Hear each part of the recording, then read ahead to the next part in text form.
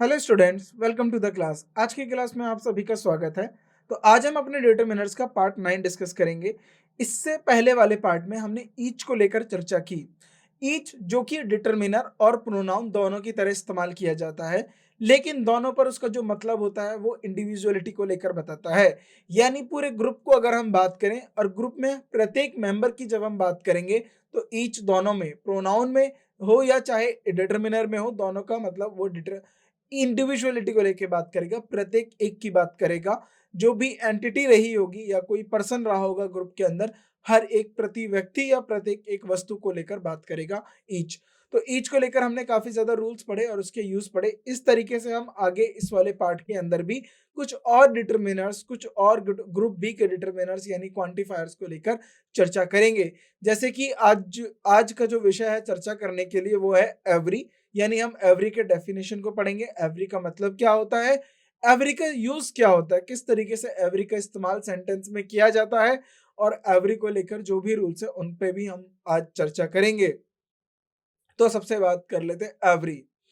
तो जब भी हम एवरी की बात करेंगे तो एवरी का जो बात करते हैं, यहाँ पर भी पूरे ग्रुप की बात करी जाती है, लेकिन उसमें भी इंडिविजुअली को लेके बात करते हैं। देखिए, एवरी कई तरीके से यूज किया जाएगा। जैसे ऑल को लेकर हम बात करते हैं, तो पहले ये देख लेते हैं ईच और एवरी में क्या फर्क है। ईच जो कि एज अ प्रोनाउन और डिटरमिनर हमने इस्तेमाल करते हुए देखा है। अगर ईच अगर प्रोनाउन के तरह पे होगा तो उसके साथ कोई भी नाउन नहीं आता है। तो ईच का ये रिकैप है। एवरी से शुरू होने से पहले हम थोड़ा ईच को याद कर ले, फिर एवरी को हम चर्चा करेंगे विस्तार में। सो ईच हमने अभी बताया, लास्ट लेक्चर में आपसे बात करी थी कि ईच अगर प्रोनाउन होगा तो वो खुद आएगा। यानी ईच के साथ जो नाउन आपको नहीं देखने के लिए मिलेगा, ये नहीं आएगा। अगर कब, जब ईच हमारा प्रोनाउन होता है। क्योंकि आपको पता है प्रोनाउन जो है वो नाउन की जगह पे इस्तेमाल होने वाले जो शब्द होते हैं उन्हें हम प्रोनाउन कहते हैं। अगर खुद प्रोनाउन आ गया है तो नाउन अगर आएगा तो गलत हो जाएगा। राइट। सो ये नाउन को रिप्लेस करते हैं और ये इंडिविजुअलिटी को रेफर करते हैं। यानी पूरे, अगर हम पूरे ग्रुप की बात करें उसमें प्रत्येक मेंबर की बात करेंगे। एग्जाम्पल के तौर पे there are 5 books, take one and I will take each. Right. 5 book हैं, उसमें से प्रत्येक एक बुक, यानी हाँ वो कोई हर एक बुक को उठाएगा, यानी हर एक बुक को लिया जाएगा। अगर ईच हमारे डिटरमिनर की तरह काम करते हैं तो आपको पता है डिटरमिनर नाउन के साथ आते हैं। तो ईच अगर डिटरमिनर होगा तो उसके साथ नाउन आएगा। जैसे each book has a different story, प्रत्येक किताब की अलग कहानी है। राइट। हर एक किताब की अलग कहानी है। यहाँ पर भी ये इंडिविजुअल को लेकर बात करेगा, सिंगल को लेकर बात करेगा। लेकिन जो हमारा एवरी होता है ना, वो सिर्फ डिटरमिनर होता है, वो प्रोनाउन नहीं होता। तो यहाँ पर थोड़ा सा एक डिफरेंस बात कर लेते हैं, फिर इनके मीनिंग पे भी आते हैं। देखिए, ईच जो है प्रोनाउन का भी इस्तेमाल किया जा रहा है, प्रोनाउन की तरह भी इस्तेमाल किया जाएगा और डिटरमिनर की तरह भी इस्तेमाल किया जाएगा। राइट, और किया जाता है। लेकिन जो एवरी होता है वो हमारा डिटरमिनर की तरह इस्तेमाल किया जाएगा। राइट। यहाँ पर ईच पर्सन और एवरी पर्सन लिख सकते हैं, लेकिन अगर प्रोनाउन होगा तो हमें ईच ही लिखना पड़ेगा, उसके आगे पर्सन नहीं लगाना पड़ेगा। तो अब बात शुरू होती है हमारी एवरी को लेके। देखिए, एवरी जो रेफर करता है वो all members of a group को रेफर करेगा। लेकिन जैसे ईच इंडिविजुअलिटी को एम्फसाइज करता है, यानी इंडिविजुअलिटी पे जोर डालता है, एवरी इंडिविजुअलिटी पे इतनी तरीके से या इतना असर नहीं डालेगा। यही एक बड़ा डिफरेंस हमें दोनों को देखने को मिलेगा। जैसे every used exclusive as a determiner and always comes before a singular noun. तो यहाँ से रूल नंबर 1 को आप इस तरीके से लिख सकते हो, एवरी के साथ हमेशा आपको सिंगुलर नाउन देखने के लिए मिलेगा। ये याद रखेंगे, एवरी के साथ सिंगुलर नाउन देखने के लिए मिलेगा। It refers to all members of a group, ये हर एक मेंबर को रेफर करेगा, बट ईच की तरह ज्यादा इंफेसाइज नहीं करेगा, ज्यादा जोर इस बात पे नहीं करेगा, ज्यादा इंडिविजुअलिटी को लेकर बात नहीं करेगा जैसे ईच करता है। ईच एक स्ट्रांगली इंडिविजुअलिटी को लेकर बताता है कि प्रत्येक व्यक्ति को लेकर बताता है। लेकिन यहां पर एवरी भी इंडिविजुअल है, सबकी बात कर रहा है, लेकिन ईच की तरह स्ट्रॉन्ग इंडिविजुअलिटी की तरह बात नहीं करेगा। इसमें आप याद रखेंगे। So every student needs to submit the assignment. अब इसका मतलब क्या है, देखिए हर एक स्टूडेंट को असाइनमेंट सबमिट करना है। ईच स्टूडेंट अगर आप लिख देते उसका मतलब हो जाएगा प्रत्येक छात्र को, इट इज कंपलसरी। तो जो है ना सबको आना है और हर एक को आना है, दोनों में अंतर है। सबको आने का मतलब है आपने ग्रुप में बोल दिया, चलिए एग्जांपल के तौर पे आपका बर्थडे है और आपने शाम को अपने बर्थडे की पार्टी करी, पार्टी दे रहे हो अपने दोस्तों को, जन्मदिन अपना जो है अपने पेरेंट्स के साथ फैमिली के साथ बना रहे हो और आपने अपने दोस्तों को भी उसके लिए बुलाया है। तो आपने क्लास में बोला कि सभी को आना है, और आपका दूसरा बोलने का तरीका हर एक को आना है। यानी अब आपने उनको एक ग्रुप की तरह, ग्रुप के साथ इंडिविजुअली रेफर कर दिया। यानी प्रत्येक व्यक्ति की उपस्थिति जरूरी है होगी या जरूरी आना चाहिए, प्रत्येक व्यक्ति को जरूर आना है। लेकिन जब आप एवरी की बात करते हो तो आप एक कॉमन लेके बात करते हो कि हर हर एक को आना है, राइट, विद ऑल, राइट, जैसे लिखते हैं ना with all members of your family, right. So each की बात करोगे तो ज्यादा स्ट्रॉन्ग एम्फसाइज किया जाएगा, असर दिया जाएगा प्रत्येक इंडिविजुअलिटी को लेकर। अब लेकिन हम एवरी ऑफ द का यूज कर सकते हैं या नहीं कर सकते, हमें इस पे भी चर्चा करनी है। जब हम कंस्ट्रक्शन करते हैं, कंस्ट्रक्शन का मतलब है जब हम सेंटेंस को बनाते हैं और हम एवरी ऑफ को अगर यूज करें तो ये गलत हो जाएगा। ये हमारे स्टैंडर्ड इंग्लिश के अंदर एक्सेप्टेबल नहीं होता, राइट, ये गलत होता है। हम एवरी ऑफ द का इस्तेमाल नॉट अ ग्रामेटिकली करेक्ट, ये ग्रामेटिकली सही नहीं है। Every can not be used in the same way as each of the. जैसे हम ईच ऑफ द का इस्तेमाल कर लेते हैं वैसे एवरी का इस्तेमाल नहीं करेंगे। याद रखिएगा, क्या याद रखेंगे कि ईच ऑफ द का आप इस्तेमाल कर सकते हैं लेकिन एवरी ऑफ द का इस्तेमाल आप नहीं कर सकते। जैसे कि every of the students must attend, ये गलत हो जाएगा। एवरी स्टूडेंट मस्ट अटेंड, तो यहां पर स्टूडेंट्स नहीं होगा, एवरी के साथ आपको पता है सिंगुलर, सिंगुलर काउंटेबल क्या आएगा, नाउन आएगा, सिंगुलर काउंटेबल नाउन, राइट। ये चीज आप गौर याद रखेंगे और इस पे फोकस करेंगे। सो जो यूज है एवरी का वो क्या इंप्लाई करता है, the use of every implies inclusion of all members of a group.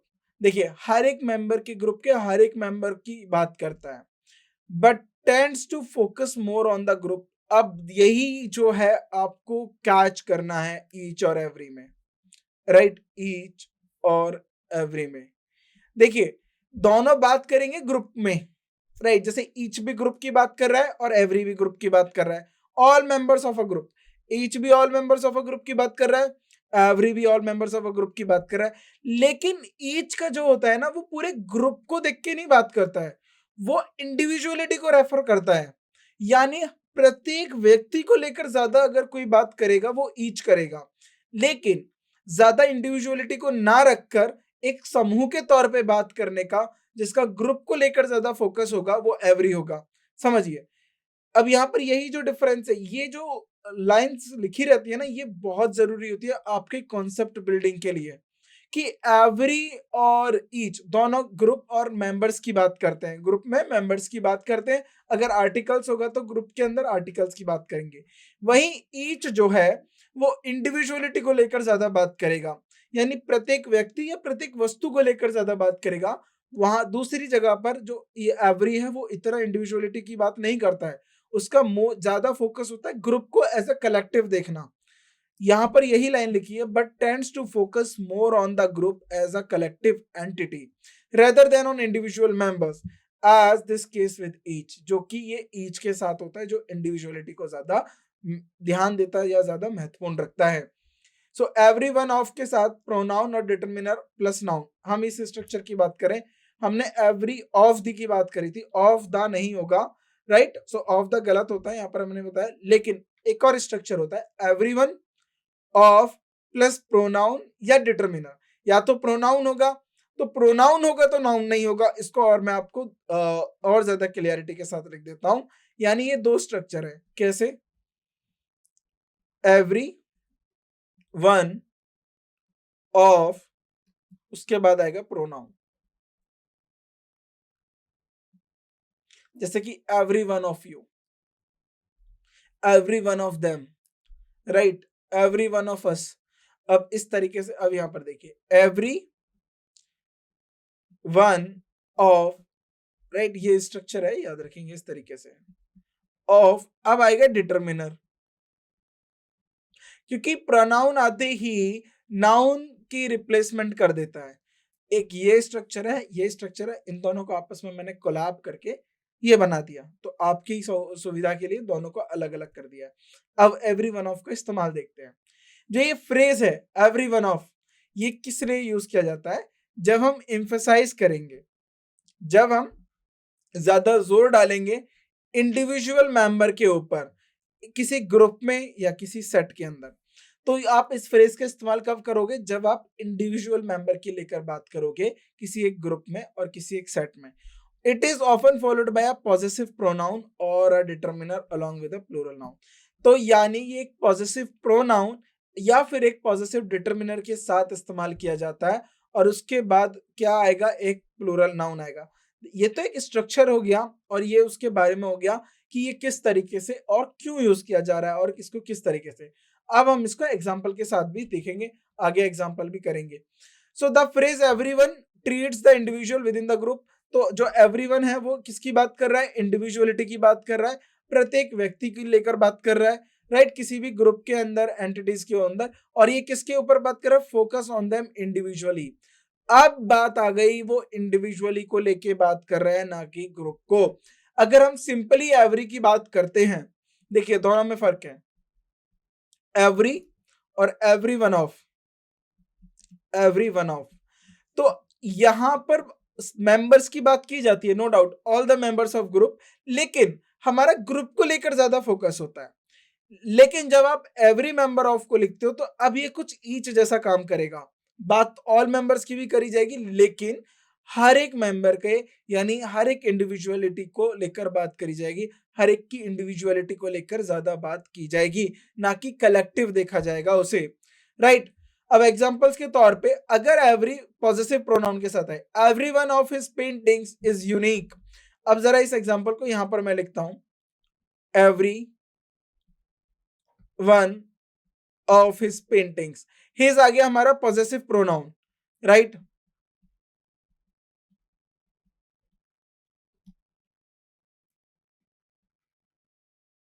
Right, तो और यहां पर देखिए, यहां पर every one of the student has pass the exam, right, तो यहां पर द डिटरमिनर आ गया और यहां पर ये आ गया। तो अब दोनों की देखिए, every one of his paintings, right, तो यहां पर बात हो रही है उसकी पेंटिंग्स की, इज यूनिक। सो हेयर जो यहां पर हिज लिया है ना, ये पॉजेसिव प्रोनाउन के तौर पे इस्तेमाल करा गया है, referring to a specific person painting, यानी किसी एक स्पेसिफिक पर्सन की पेंटिंग को लेकर बात करी गई है, और उसकी हर एक पेंटिंग, मैं ये बोल रहा हूं उसकी हर एक पेंटिंग जो है वो यूनिक है। लेकिन अगर मैं इसको इस रेफरेंस को ना रखूं याद दिमाग में, राइट, अगर मैं भूल जाऊं आपको कि मैं आपको ये रेफरेंस देना चाह रहा हूं, every one of his paintings, देखिए यहां पर ये पॉजेसिव डिटरमिनर आपको लगेगा, क्योंकि पेंटिंग्स नाउन है। तो आप ये कहोगे, अगर मैं इसको प्रोनाउन मान लेता हूं, तो ये पेंटिंग्स नाउन क्यों आया है? सिर्फ आपको ये बताने के लिए कि यहां पर किसी पर्सन की पेंटिंग को लेके बात की जा रही है। लेकिन अगर आप इसका प्लेसमेंट देखोगे सेंटेंस के अंदर, ये मोर ज्यादा जो फोकस किया गया है, ये एक डिटरमिनर के तौर पे ज्यादा किया गया है, राइट। लेकिन यहां पर ये बताने के लिए कि अगर हम इसको पॉजेसिव प्रोनाउन की बात कर रहे हैं, तो ये उस पर्सन की स्पेसिफिक पेंटिंग्स, यानी हर एक पेंटिंग्स की बात करेगा जो कि यूनिक है। अगर ये डिटरमिनर के साथ आता है, और डिटरमिनर के साथ आया है, तो नाउन आएगा। देखिए एवरी वन ऑफ, द यहां पर डिटरमिनर है और स्टूडेंट्स यहां पर नाउन है, तो प्रत्येक छात्र की बात हो रही है, हैज पास द एग्जाम, यानी हर एक स्टूडेंट ने एग्जाम को पास किया। जैसे each student passed the exam, यानी प्रत्येक स्टूडेंट ने एग्जाम पास किया। Every student pass the exam के अंदर हो सकता है कि हम ग्रुप की बात कर रहे हैं, 100 बच्चे हो सकते हैं, तो आपने बोल दिया कि every student pass the exam, उसमें से एक दो हो भी सकते हैं जो नहीं किए, क्योंकि हम कलेक्टिवली बात कर रहे हैं ग्रुप को, लेकिन हम बोलेंगे everyone, of the students has passed the exam, यहां पर पूरे 100 के 100 स्टूडेंट एग्जाम पास करेंगे, क्योंकि यहाँ पर हम इंडिविजुअल की बात कर रहे हैं। So in this case student refer to a specific group, तो यहाँ पर हमने दा इसलिए लगा दिया क्योंकि ये कोई स्पेसिफिक जो ग्रुप है या स्पेसिफिक क्लास के स्टूडेंट हो सकते हैं। अब आता है हमारा सिंगुलर वर्ब एग्रीमेंट। जब भी आप एवरी वन ऑफ लिखते हो और इसके बाद आपने देखा होगा, आपने जो ऑफ के बाद अगर आप कोई नाउन लिख रहे हो वो प्लूरल हो जाता है, लेकिन जब आप एवरी वन लिख दोगे ना तो ये आपका एक सब्जेक्ट बन जाएगा। इसको अभी और देख लेते हैं। Even though every one of is referring to a multiple items of a people, it is require a singular verb because it is emphasis individual member. So यही बात कही गई है जो हम पीछे से पढ़ते आए हैं कि एवरी वन के बाद आप ऑफ क्यों लगाते हो और उसके बाद प्लूरल नाउन क्यों लिखते हो। पहले हम ये चीज को आप ध्यान से देखिए। मैंने आपको बताया एवरी वन के बाद ऑफ, और यहाँ उसके बाद जो भी प्लेसमेंट होगी नाउन, और यहाँ पर का जो नाउन आता है वो प्लूरल होता है। अब एक एक को समझिए। देखिए ऑफ जो है ना, यहाँ पर ये एक प्रीपोजिशन का काम कर रहा है, और मैंने जब थोड़ा सा पार्ट्स ऑफ स्पीच का आपको इंट्रोडक्शन दिया था तो मैंने इस बात पे जोर डाला था कि जो प्रीपोजिशन होता है उसका एक ऑब्जेक्ट होता है, यानी प्रीपोजिशन कभी अकेले नहीं आएगा, वो अपने ऑब्जेक्ट के साथ आएगा, यानी उसके साथ नाउन आएगा। अब ये जो नाउन प्रीपोजिशन के साथ आया है, अब ऑफ को कैसे पता होगा कि इसको सिंगुलर लेके आना है या प्लूरल लेके आना है अपने नाउन को। अब ये कौन बताएगा? एवरीवन। देखिए ये सारी चीजें लिंक्ड है। इंग्लिश बहुत साइंटिफिक लैंग्वेज है, जो भी अगर रूल है उसमें बड़ा कनेक्टिव है, यानी एक दूसरे से जुड़ा हुआ है। कि एवरीवन प्लूरल नाउन क्यों लेके आ रहा है? क्योंकि एवरीवन आप एक ग्रुप के लिए बता रहे हो ना, ग्रुप में ही तो आप इंडिविजुअल को लेकर बात करोगे। अगर सिंगुलर नाउन हुआ तो वो खुद से एक इंडिविजुअल हो गया, तो फिर आपको एवरीवन रखने की जरूरत ही क्या थी? अगर मैं आपके सामने हूं तो मैं एक इंडिविजुअल हूं, लेकिन सारे टीचर आ जाएं आपके, मैथ्स के आ जाएं, जीएस के आ जाएं, राइट, और आपके रीजनिंग के टीचर आ जाएं, इंग्लिश के भी हो गए, अब 4 टीचर हो गए। अब ये 4 टीचरों का एक ग्रुप हो गया, तो अब यहां पर लिखोगे every one of the teachers. तो अब ये जो टीचर्स आपने लिखा, क्योंकि आपने पता करा कि 4 टीचर्स हैं, उसमें से प्रत्येक एक की बात कर रहे हो आप, हर एक की इंडिविजुअल को लेके बात कर रहे हो, इसीलिए प्लूरल नाउन आता है, क्योंकि हम यहाँ पर एक ग्रुप को दर्शाते हैं, और वो ग्रुप हम कैसे बता पाएंगे? जब वो प्लूरल होगा। अब ये जो नाउन प्लूरल है, ये नाउन सब्जेक्ट तो बनेगा नहीं, क्योंकि ये प्रीपोजिशन का ऑब्जेक्ट बन गया, तो यानी ऑफ प्रीपोजिशन का ऑब्जेक्ट होता है ये प्लूरल नाउन। अगर कोई एक बार ऑब्जेक्ट बन गया, वो कभी भी उसी सेंटेंस में, सेम सेंटेंस में सब्जेक्ट का काम नहीं कर सकता। याद रखिएगा थ्रू आउट, जब तक आपको इंग्लिश का यूज है तब तक याद रखिएगा कि ऑब्जेक्ट कभी भी सब्जेक्ट नहीं बनेगा। तो जाहिर सी बात है यहां सब्जेक्ट कौन हुआ? एवरीवन। अगर एवरीवन सब्जेक्ट बन गया, ध्यान दीजिएगा, अगर एवरीवन सब्जेक्ट बन गया, अगर एवरीवन सब्जेक्ट बन गया, तो आपको पता है वर्ब किसके अकॉर्डिंग आती है? सब्जेक्ट के अकॉर्डिंग, क्योंकि सब्जेक्ट के स्टेट और एक्शन को बताने के लिए ही तो वर्ब यूज की जाती है। अगर एवरीवन सब्जेक्ट है और एवरीवन बात कर रहा है इंडिविजुअल मेंबर की, यानी प्रत्येक व्यक्ति को लेकर बात कर रहा है उस ग्रुप के अंदर, तो प्रत्येक व्यक्ति आप खुद में एक सिंगल है, यानी एवरीवन को हम सिंगुलर मानेंगे, एवरीवन को हम सिंगल मानेंगे या सिंगुलर मानेंगे। और अगर हम इसको सिंगुलर मान रहे हैं तो इसके साथ जो वर्ब आएगी वो भी सिंगुलर होगी। कितना बढ़िया कॉन्सेप्ट हमारा निकल के आया कि एवरीवन के साथ जो वर्ब आती है वो सिंगुलर होती है। So every one of the books, तो ये बुक्स रही होंगी, किसी ग्रुप ऑफ बुक्स की बात कर रहे हैं, किसी लाइब्रेरी में रखी हुई बुक की बात कर रहे हैं। वो जो बुक्स है उसमें से प्रत्येक, हर एक बुक कैसी है? इंटरेस्टिंग है, तो हर एक बुक इंडिविजुअल बुक की बात कर रहे हैं, इज आएगा। तो यहां पर लिखा है despite referring to a multiple book के रेफर करने के बावजूद भी वर्ब जो है सिंगल आई है, क्योंकि एवरीवन हर एक बुक के बारे में बता रहा है, इंडिविजुअल को लेकर बात कर रहा है। सो इसका यूज है कॉन्टेक्स्ट में, अब देख लेते हैं। This structure is particularly useful when you want to stress the individuality. तो ये मैंने अभी बताया, इसके ऊपर हम चर्चा कर चुके हैं कि ये स्ट्रक्चर आपका कब काम करता है, जब आप स्ट्रेस का मतलब जब आप जोर डालना चाहते हो इंडिविजुअलिटी को लेकर, हर एक member, each member of a group और each part of a collection, right. Now आगे बढ़ते हैं। When अब third concept, when every is used in negative sentence, not is typically included to construct the negative form. अगर हम every को negative sentence में use करते हैं तो not का इस्तेमाल किया जाता है उसको negative बताने के लिए, right? So the placement of not and all overall structure of sentence can vary. तो जाहिर सी बात है जो not का placement होगा ये vary करेगा, कहां पर लगेगा कहां पर नहीं लगेगा। देखिए कोई भी मैंने आपको जनरल सेंटेंस रख के नहीं सिखाया, हमेशा इस बात को बोला है कि सेंटेंस के कॉन्टेक्स्ट में बहुत सारी चीजें डिपेंड करती हैं कि सेंटेंस में उस वक्त किस चीज का किस भाव किसका मीनिंग निकल के आ रहा है, इस पे काफी निर्भरता रहती है। नॉट बिफोर एवरी, अगर एवरी से पहले नॉट आए तो उसका मतलब क्या होगा। ये जो स्ट्रक्चर है ये इंफेसाइज करता है negation applies to the entire group. तो ये जो नेगेशन अप्लाई हो रहा है ये पूरे ग्रुप पे एज अ कलेक्टिवली बात करी जा रही है। जैसे not every student understand the concept, तो यहां पर नॉट और एवरी से पहले आने का क्या मतलब है, क्या मीनिंग आ रहा है।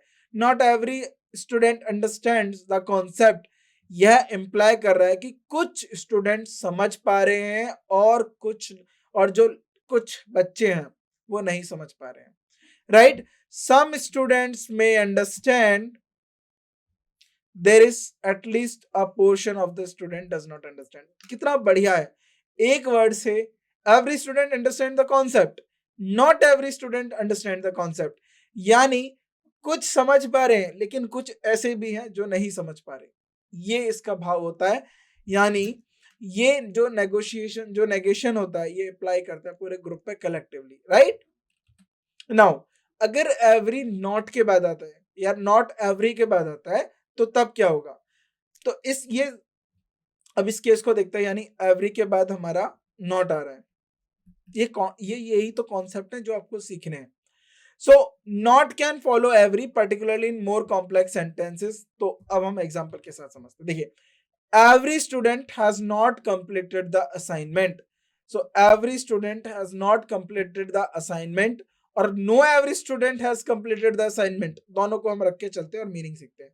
तो ये जो होता कम होता है, कॉमनली यूज नहीं होता, लेकिन इसका इंप्लाई क्या है, none of the students have completed the assignment, every student has not completed the assignment का मतलब है कि none of the students यानी किसी ने भी जो अपना असाइनमेंट है वो कंप्लीट नहीं किया। यानी this sentence might be less common and could be consider less clear in the then the first structure, but इसका जो मीनिंग निकलता है कि none of the students have completed the assignment, किसी ने भी नहीं करा। अगर मैं यहाँ लिख देता no every student has completed the assignment, सो कुछ ने किया है कुछ ने नहीं किया, लेकिन इसके बाद मैंने नोट लगा दिया तो इससे मीनिंग ही चेंज हो गया। यानी यहां पर हमने बताया था कि इन मोर कॉम्प्लेक्स सेंटेंसेस तो ये जो होता है ये वर्ब के साथ यूज किया जाता है और इसका मीनिंग आप okay. So every with does not और डू नॉट, एवरी को हम डज नॉट और डू नॉट के साथ किस तरीके से यूज करते हैं ये और देखते हैं। Every student does not understand the concept, इसका मतलब है एवरी हमारा यहाँ पर देखिए सिंगुलर होता है, ये बात करते हैं, और उसके बाद सिंगुलर वर्ब आएगी does not understand the concept. अब इसका मीनिंग क्या है, this is clear then using not. अब हमने डज नॉट के साथ डज के साथ हमने नॉट लगाया, राइट। उसके बाद जो हमने एवरी का मीनिंग निकाला तो उसका मीनिंग क्या होगा, right. So every student does not understand the concept equals to no, उसकी जब हमने लिखा था not every student understand the concept, यही है इसका मतलब कि कुछ समझ पाए और कुछ नहीं समझ पाए। So some students understand and some student does not understand, right. So it वही जो मीनिंग जो नॉट के साथ निकल के आता है ना, not every student, same meaning हमारा इसके साथ आता है, right. Not every is more straight forward is generally preferred for clarity. तो हम नॉट एवरी को ज्यादा यूज करते हैं, एवरी नॉट को हम कभी कभार नहीं यूज करते क्योंकि इससे काफी ज्यादा एम्बिगिटी यानी वेगनेस आती है। तो याद रखिएगा नॉट एवरी को आपको ज्यादा इस्तेमाल करना है। अगर हम किसी पीरियड ऑफ टाइम को इंडिकेट करें तो वहां पर एवरी को भी हम यूज करते हैं, तो उस कंडीशन में किस तरीके से यूज करेंगे। When indicating a period of time Every, a plural noun is usually used before it specify the frequency or regularity of event or action, right? This structure, और ये structure क्या emphasize करेगा? Something happens repeatedly at regular interval. तो यानी कुछ जैसे कि every Monday अगर बोल देगा तो यानी प्रत्येक सोमवार को कोई आता है, एवरी ईयर हर साल आता है, we celebrate, right, we celebrate Diwali every year, हम हर साल दिवाली मनाते हैं। इसका मतलब है कि ये रिपीट कर रहा है, फ्रीक्वेंसी बता रहा है, रेगुलरिटी बता रहा है। तो जब भी आप टाइम या फ्रीक्वेंसी को बताना चाहते हो तो उसके बाद आप टाइम इंटरवल का लिख सकते हो। जैसे every 2 weeks we hold a meeting, यानी हर 2 हफ्तों में हम मीटिंग करते हैं। सो प्लूरल नाउन आ गया weeks, indicate the regular interval at which a meeting occur, यानी हर 2 हफ्ते में मीटिंग होती है, ये फ्रीक्वेंसी को बताता है। She visits her family every 6 month, तो वो हर 6 महीने में अपनी फैमिली को विजिट करती है, यहाँ पर फ्रीक्वेंसी बता रहा है। और यहाँ पर क्या होता है? Regular interval at which meeting occur. अब importance of plural nouns. Plural noun is crucial in this phrases because it denotes more than one unit of time. So यहाँ पर क्यों हम प्लूरल नाउन को यूज किया जा रहा है? क्योंकि ये एक यूनिट से ज्यादा टाइम को डिनोट करते हैं। इन्वॉल्व द इंटरवल, जैसे every by itself implies regularity, so every का मतलब ही खुद रेगुलरिटी है। But plural noun provide specific duration, यानी एवरी जो है वो रेगुलरिटी के बारे में बात करेगी, लेकिन प्लूरल जो नाउन लग जाता है उससे हमें एक टाइम मिल जाता है, यानी इस टाइम के बाद ये दोबारा घटना घटित होगी, इस टाइम के बाद ये दोबारा घटना घटित होगी, तो वो साइकिल बता देते हैं। एक्सेप्शन हो सकता है इसके कुछ, हम देख लेते हैं क्या एक्सेप्शन है। Every day, not every days, every night, not every night, तो ये होता है। तो इस तरीके के ये हमारे जो होते हैं एक्सेप्शंस भी होते हैं। और इसका जनरल रूल रखेंगे हम। सो प्लूरल नाउन स्पेसिफाई क्या करेगा? Time interval. तो प्लूरल नाउन क्या स्पेसिफाई करता है? एवरी के साथ टाइम इंटरवल, जब हम वीक्स, मंथ्स, ईयर्स और अदर यूनिट ऑफ टाइम को लेके बात करते हैं। wherever interval includes more than 1 unit, right? So every day, every night का भी हम इस्तेमाल करते हैं, ये एक्सेप्शन है, राइट? सो नाउ यहाँ पर हमने एवरी को लेके काफी डिटेल में बात कर ली है, काफी अच्छे से चीजों को समझा है। तो इन चीजों को आपको ध्यान में रखना है कि किस तरीके से एवरी का इस्तेमाल किया जाता है, कहाँ पर एवरी डे होगा, कहाँ पर एवरी नाइट होगा, और सबसे इंपॉर्टेंट ईच और एवरी में डिफरेंस। एवरी वन ऑफ के बाद किसका मतलब वो क्यों यूज किया जा रहा है? इंडिविजुअलिटी को बताने के लिए। आपको याद रखना है कि प्रीपोजिशन आ गया तो उसका ऑब्जेक्ट क्या बन रहा है, क्या नहीं बन रहा है। तो ये जो सेंटेंसेस है, ये जो चीजें हैं, ये बहुत बेसिक चीजें हैं, इस पे लेके आपको ज्यादा फोकस होना है, ज्यादा ध्यान देना है। अगर आपको ईच और एवरी में फिर भी कोई दिक्कत है दोनों में डिस्टिंग्विश करने में, तो मैं आपको बता देता हूं दोबारा।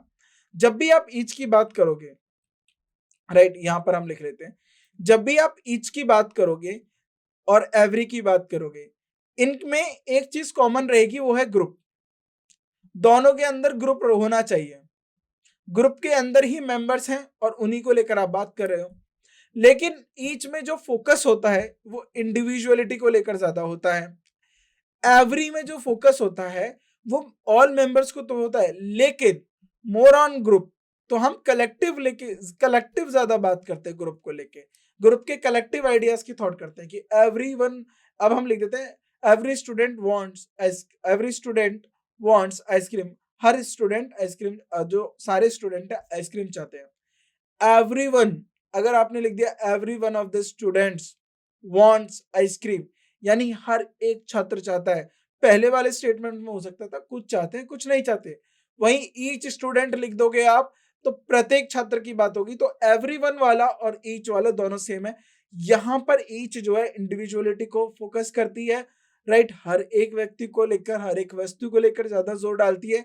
वहीं जो एवरी है वो, अगर हम एवरीवन को छोड़ दें, तो जो एवरी है वो हमारा मोर ऑन ग्रुप को लेकर ज्यादा बात करता है। वो मेंबर्स को लेके तो बात कर ही रहा है, लेकिन ग्रुप को ज्यादा कलेक्टिवली ध्यान देता है।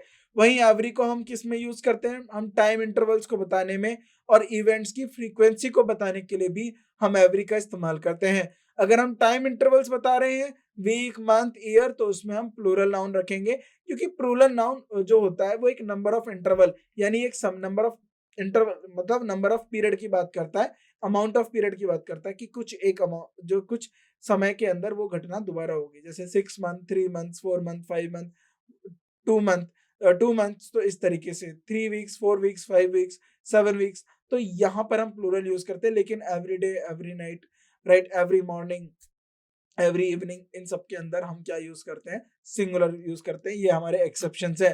तो इन्हीं चीजों का आपको ध्यान देना है, इसी तरीके से आपको फोकस होकर पढ़ना है। ये बेसिक सी चीजें हैं, इनको आप ज्यादा ध्यान दीजिए। और जो ये आपके लिखा रहता है ना स्लाइड्स पे, ये बहुत इंपॉर्टेंट कॉन्सेप्ट हैं। इनको अच्छे से पढ़िए, इनको समझिए। जब आप इनको समझ लेते हैं ना, फिर आप इसके बाद रीडिंग करिए। रीडिंग करेंगे तो आपको यही चीजें दिखेंगी, आपको इसके पीछे के लॉजिक्स दिखेंगे कि क्या है, एवरी कहाँ पर किस तरीके से यूज हो रहा है, उसका लॉजिक क्या है। तो इस तरीके से फाइंड करिए, अपने रीजनिंग एबिलिटी का यूज करिए इंग्लिश को भी पढ़ते वक्त। तो आगे चल के हम और भी क्वांटिफायर्स और भी डिटर्मिनर्स को डिस्कस करेंगे। इस क्लास को हम यहीं एंड करते हैं। Thank you so much.